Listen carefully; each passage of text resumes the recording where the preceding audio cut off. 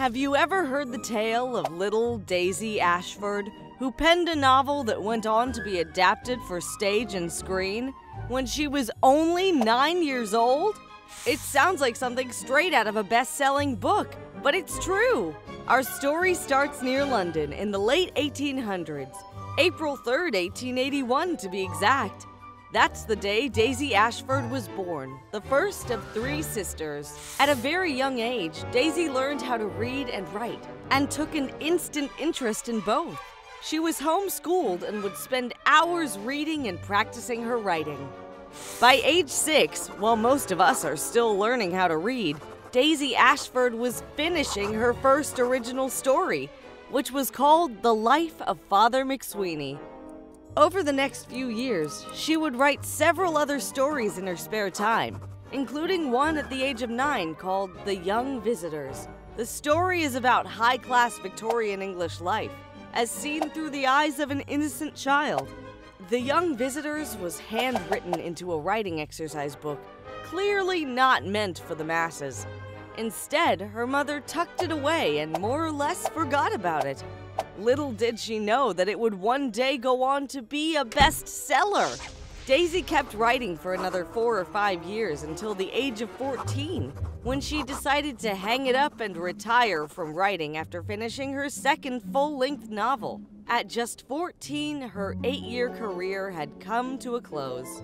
As the years went by, Daisy and her family moved from home to home several times, mostly due to the chaos caused by the First World War.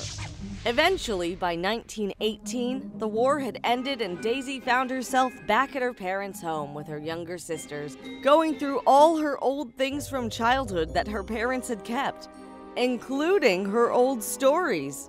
28 years after first writing The Young Visitors, Daisy dusted it off and reread it with her sisters. And turns out, it was delightful! There were all kinds of spelling and grammar mistakes you'd expect from a 9-year-old author, but the book was undeniably charming.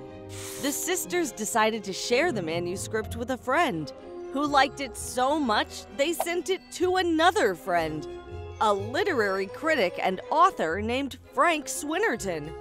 He read it and loved it, so much so that in 1919 he decided to get the story published. He felt a large part of the book's charm was the fact that it was penned by a kid, so he made sure to leave it almost exactly as it was originally written, spelling mistakes and all. The Young Visitors hit bookstores in 1919 and was an instant success.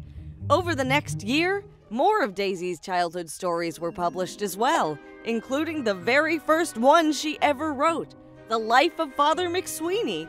There was some confusion at first who wrote the book. It was originally printed with a foreword written by J.M. Barrie, the famous author of Peter Pan. Lots of people assumed he wrote it and Daisy Ashford was a pen name.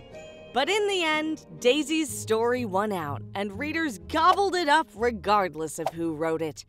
In the first year alone, the book was reprinted 18 times to meet demand. Daisy went on to get married, have 4 kids, and once all the hoopla eventually died down, lived a relatively peaceful, modest life. Mostly paid for by royalty checks from her childhood bestseller. Not bad. Not bad at all.